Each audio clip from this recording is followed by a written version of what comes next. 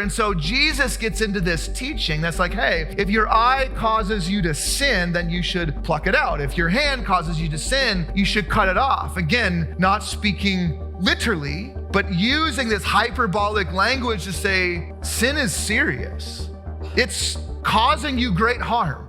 So after Jesus teaches about kids, he goes into this teaching about sin. Now, I'll say that sin is it's a difficult thing to talk about on a stage like this, because for some of us, being able to name sin in our lives has been incredibly liberating. Putting a name to the things that are harming us and harming the people around us has been incredibly liberating.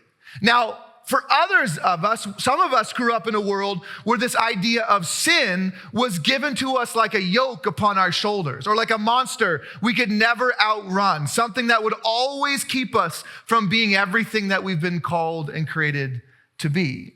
And actually, sometimes it's difficult even in the scriptures, because sin is referred to in a lot of different ways. Sometimes when the Bible talks about sin, it's about like violating this picture or this image or this vision that God has from the world. And so when we live in ways that violate that picture, it's sometimes called sin. Other times, sin in the Bible is written about like a heart issue, or like this selfish desires that we have. Selfishness, when we begin to see the world through this lens of scarcity, when I want to take something from you because I want it. You have it, I want it, so I'm going to take it, right? This kind of selfish view.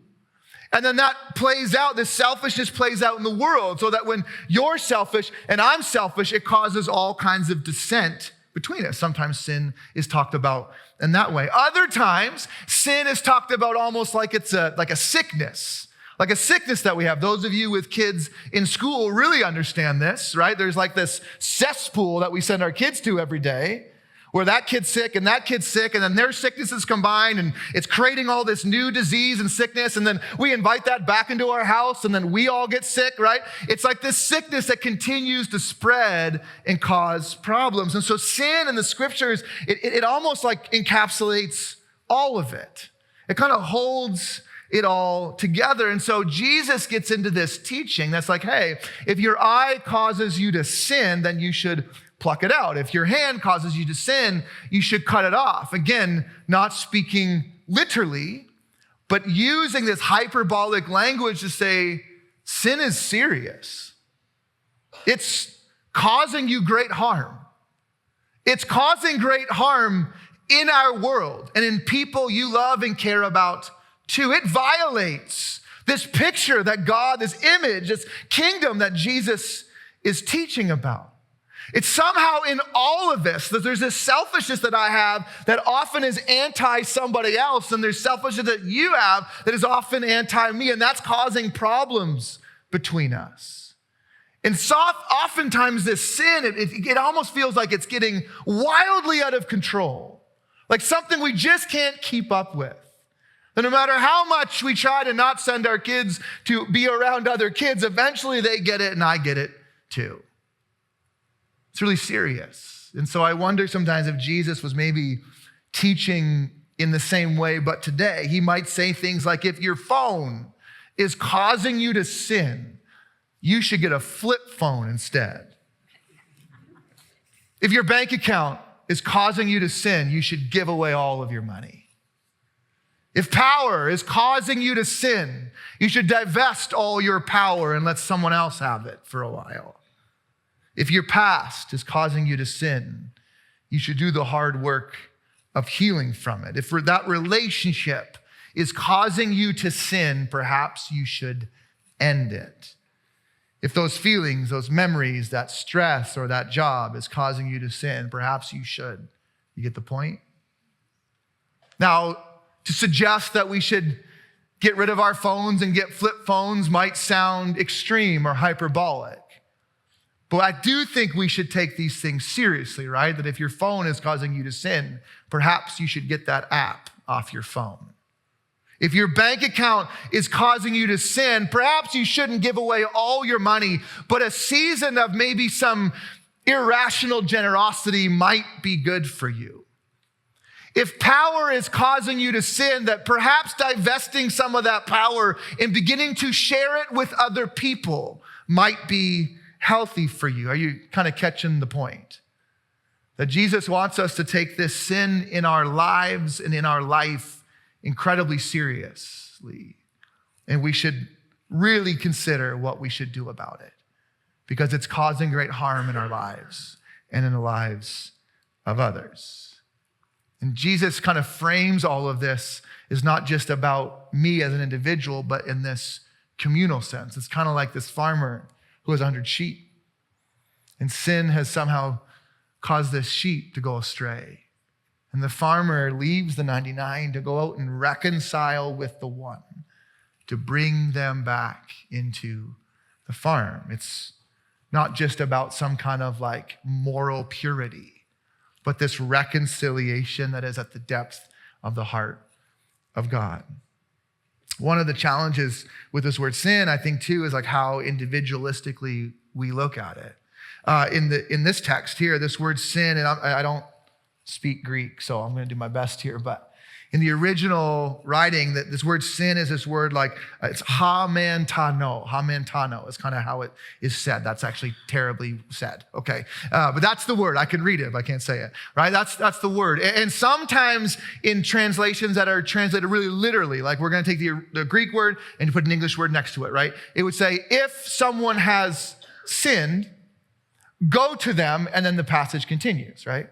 If someone has sinned, go to them. The problem with our individualistic mind is that we read that as like a morality issue, right? If they have done something that you deem is wrong, go to them and let them know about it. And if that doesn't work, go get a couple other people and let them know about it. And if that doesn't work, you should get the church involved, let the pastor call them, and let them know that they have sinned and done wrong. I have a question. Do any of those sound like a process that would lead to reconciliation? No, right? However, so the translation we read today says it like this: if someone has sinned against you, then do those things. Well, that sounds more like a personal conflict, right? Like if someone has done this thing against you as a person. The problem is this word sin, it means, get this, to have missed the mark and to have been ostracized from community. That somehow what has happened among you, this sin, is a missing of the mark in a way that is ostracizing this person from community.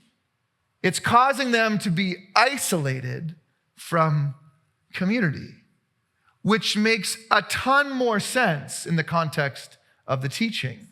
Jesus sitting down with Jews, teaching them about sin. This Jewish church at the time would have been all Jewish people. It would have been their blood. It would have been their heritage. It would have been their family. And if something has happened in your community that has ostracized that person, then someone should go and meet with them. Say, listen, we miss you. We love you. We care about you. We want you to be a part of this.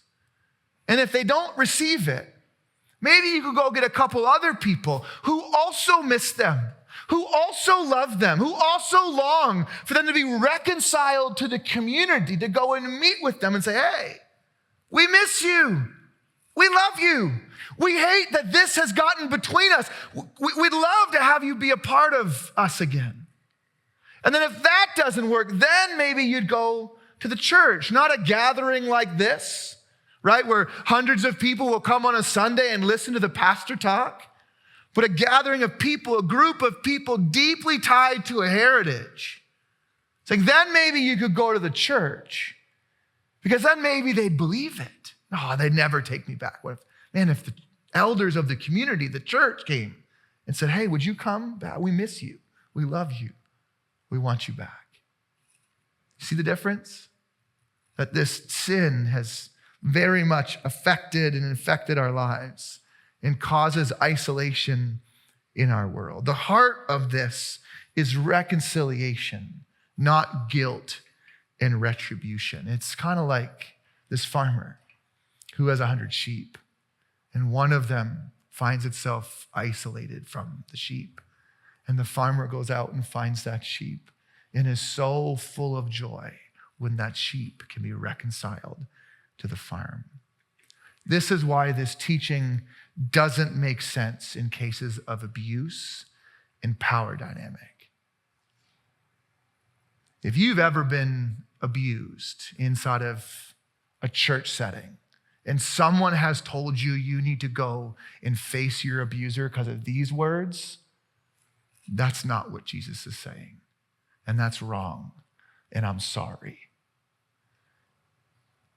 We live in a time when a lot of churches are perpetuating abuse.